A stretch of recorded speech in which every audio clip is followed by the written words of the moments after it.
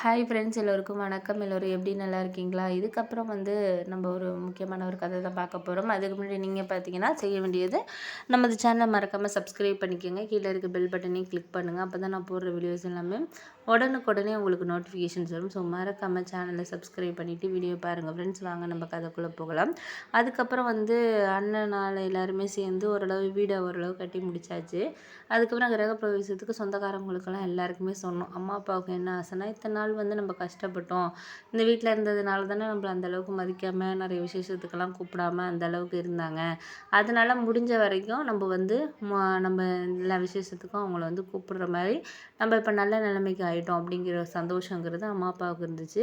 அடுத்தது வீட்டுக்கு கிரகப்பிரவேசத்தை முடிச்சுட்டு அண்ணனுக்கு கல்யாணம் பண்ணணும் அப்படின்னு சொல்லிட்டு அதுதான் அம்மா அப்பாவோட ஒரே எண்ணமாக இருந்துச்சு. ஏன் அப்படின்னா, அவன் நமக்காக ரொம்ப கஷ்டப்பட்ட பையன். அவன் லைஃப்பில் ஒரு சந்தோஷம் இருக்கணும், அவனுக்கு குழந்தைங்க, அவனுக்குன்னு ஒரு ஃபேமிலி லைஃப்பில் கொண்டு போகணும் அப்படின்னு சொல்லிட்டு அம்மா அப்பா ரொம்ப இது பண்ணாங்க.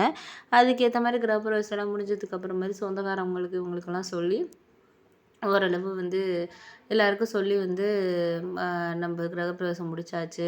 இப்போ அடுத்தது நம்ம பெரியவனுக்கு தான் கல்யாணம் பண்ணணும் அப்படின்னு சொல்லிட்டு தெரிஞ்சவங்ககிட்ட, புரோக்கர் இவங்ககிட்டலாம் சொல்லி பொண்ணு பார்க்க சொன்னாங்க. அதிகமாக எதிர்பார்ப்பு ஒன்றும் இல்லைப்பா, வீடெல்லாம் இருக்குது, பையனும் வேலை பார்க்குறான், பையனும் ஒரு 30,000 சம்பளம் வாங்குறான், ஒன்றும் பிரச்சனை ஒன்றும் கிடையாது அப்படின்னு சொல்லிட்டு பார்த்தாங்க. ஏழ்மையான வீட்டு பொண்ணாக இருந்தாலும் பரவாயில்ல, அவனை நல்லா புரிஞ்சுக்கிற மாதிரி இருந்தணும், 2 பேருக்கு பிடிச்சிருந்தாலே போதும் அப்படின்னு சொல்லிட்டு பார்த்தாங்க. பார்த்ததுக்கப்புறம் ஓரளவு சந்தோஷமாக ஓரளவு எங்களுக்கும் சந்தோஷமாக இருந்துச்சு. என்ன அப்படின்னா, அவங்க எதிர்பார்த்த மாதிரியே ஒரு வாரம் கழித்து ஒரு புரோக்கர் ஒருத்தர் கொண்டு வந்தாங்க. எங்கள் ஊர்லேருந்து ஒரு 3 கிலோமீட்டர் தொலைவில் அந்த இது இருந்துச்சு, ஊர் இருந்துச்சு. ஊரில் போயிட்டு என்ன பண்ணாங்கன்னா, போய் பொண்ணை பார்த்தாங்க. அம்மா அப்பா 2 பேரும் பார்த்துட்டு வந்தாங்க. ரொம்ப பிடிச்சிருக்கு, பையனுக்கு ஏற்ற பொண்ணு தான் அப்படின்னு சொன்னாங்க. அதுக்கப்புறம் அண்ணன், நாங்கள் எல்லாருமே போய் ஃபேமிலியோட அக்கா எல்லாருமே வர வச்சு போய் பார்த்தோம். அதுக்கப்புறம் பொட்டு பூவெல்லாம் வச்சுட்டு அதுக்கப்புறம் எங்களுக்கு ரொம்ப சந்தோஷமாக இருந்துச்சு. ஏன்னா அண்ணனுக்கு முகூர்த்தம் எல்லாமே ஃபிக்ஸ் பண்ணிவிட்டு ஒரு 2 நாளுக்கு அப்புறம் நிச்சயதார்த்தம் சிம்பிளாக ஒரு 50 பேரை கூப்பிட்டு செஞ்சுக்கலாம், ரொம்ப பேரை கல்யாணத்துக்கு கூப்பிட்டுக்கலாம் அப்படின்னு சொல்லிட்டு சொன்னாங்க பொண்ணு வீட்டிலேருந்து. நம்மளும் அவங்கள ரொம்ப கஷ்டப்படுத்தக்கூடாது, ஏன்னா சாப்பாட்டு செலவு இதுனா ரொம்ப அதிகமாக கூப்பிட்டோன்னா நம்ம அதிகமாகும் அப்படிங்கிறதுனால அம்மா அப்பாவும் சொல்லிட்டாங்க, உங்களுக்கும் கஷ்டம் கொடுத்துடக்கூடாது நாங்கள், அதனால் ஓரளவு 50 பேருக்கு நம்ம கூப்பிடுவோம், நாங்கள் ஒரு 20 பேர் வருவோம், நீங்கள் உங்கள் வீட்டுகிட்ட உள்ளவங்களை மட்டும் கூப்பிடுங்க, கூப்பிட்டு நம்ம செய்வோம் அப்படின்னு சொன்னோன்னே மாப்பிள்ளை எல்லாருமே ஓகே அப்படின்னு சொல்லிட்டு சொன்னாங்க. அதுக்கப்புறம் ஒரு 2 நாளைக்கு அப்புறம் பொண்ணு வீட்டிலேயே பக்கத்தில் ஷீட்லாம் போட்டு அங்கேயே அவங்க வீட்டு எல்லாருமே கூப்பிட்டு நிச்சயம் மாதிரி தட்டு தாம்பலம் மாற்றிக்கிட்டு நாங்கள் புடவை நகையெல்லாம் மோதிரம்லாம் எடுத்துகிட்டு போயிருந்தோம். மோதிரம் 2 பேரும் மாற்றிக்கிட்டு ரொம்ப நல்லபடியாகவே ஒரு முடிஞ்சிச்சு அப்படின்னு சொல்லலாம். அதுக்கப்புறம் என்ன ஆச்சுன்னா, ஒரு 3 மாதத்துக்கு அப்புறம் கல்யாணம் வச்சுக்கலாம் அப்படிங்கிற மாதிரி சொல்லியிருந்தாங்க. ஏன்னா பொண்ணு வீட்லேயும் பொண்ணுக்கு செய்கிறது, ஏன்னா பொண்ணுக்கு ஒரு அக்கா, அதுக்கப்புறம் ஒரு தம்பி இருக்காங்க. அக்கா கல்யாணம் பண்ணி கொடுத்தாச்சு, இவங்க தான் 2வது பொண்ணு. அக்கா இப்போ தான் கல்யாணம் பண்ணி கொடுத்து 1 இயர் ஆகுது.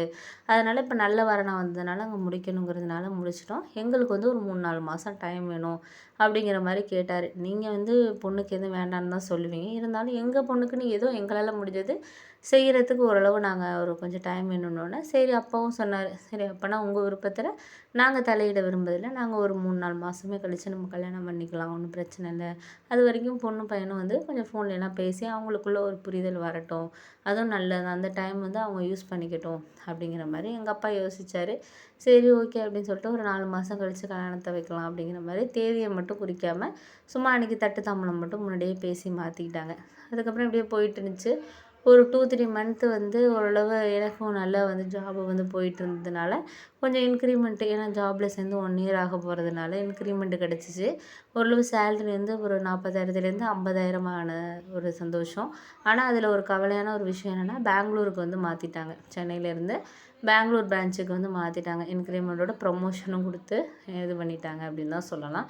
ஆனால் எனக்கு எங்கள் ஊர் ஏரியாவிலேருந்து வேலை பார்த்துட்டு திடீர்னு பெங்களூர் போகிறதுக்கு இல்லை, எனக்கு பிடிக்கவே இல்லை. அதுக்கப்புறம் ஃப்ரெண்ட்ஸ் எல்லாம் சொன்னாங்க, அடுத்த ஒரு இடத்துக்கு போனால் தானே உனக்கும் ஒரு லைஃப்பில் ஒரு சேலரி இன்னமும் இன்க்ரீஸ் ஆகும், நம்மளோட ஃப்ரெண்ட்ஸ்லேயே நிறைய பேர் அப்படி தானடா இருக்கானு அப்படின்னு சொல்லிட்டு என் ஃப்ரெண்டு சுரேஷ்னு ஒரு பையன் ரொம்ப எடுத்து சொன்னான். அதுக்கப்புறம் அம்மா அப்பாட்டையும் சொன்னதுக்கு, உனக்கு எது சரின்னு தோணுதோ அதை செய்ப்பா, நாங்கள் எதுவும் சொல்ல மாட்டோம் அப்படின்னு சொன்னதுக்கு அண்ணன் ஒன்றும் சொன்னார், நீ உனக்கு எது சரின்னு தோணுதோ சொல்லு, எங்களோட கட்டாயத்துக்காகலாம் நீ போகணுன்னு அவசியம் இல்லைப்பா அப்படின்னு சொல்லிட்டு சொன்னாங்க. அதுக்கப்புறம் அண்ணன் ஒரு விஷயம் சொன்னாரு. "உன்னோட இதுக்கு எது நல்ல ஒரு வாய்ப்புன்னு பார்த்துக்கோ. ஏன்னா படிச்சிருக்க. இத இங்கேயே யூஸ் பண்ணாம வெளியில போனேன்னா, இன்னும் கொஞ்சம் உனக்கு நல்ல ஒரு மாறுதல் கிடைக்கணும்னு நான் நம்புறேன்ப்பா" அப்படின்னோனே, "சரி, சரி. Okay, okay." அப்படின்னு சொல்லிட்டு அதுக்கப்புறம் வந்து ஒரு சில விஷயங்கள வந்து எனக்கு புரிஞ்சுச்சு.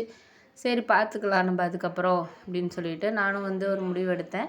அதுக்கப்புறம் சரி பெங்களூர் கிளம்பி போயிரலாம் அப்படின்னு சொல்லிட்டு பெங்களூருக்கு இங்கேருந்து கிளம்பி போனேன். போனதுக்கப்புறம் முதல்ல எனக்கு கொஞ்சம் கஷ்டமா தான் இருந்துச்சு. அதுக்கப்புறம் கொஞ்சம் பழகுனுச்சு. ரொம்ப சந்தோஷமா தான் போயிட்டு இருந்துச்சு எனக்கு அப்படின்னு சொல்லலாம்.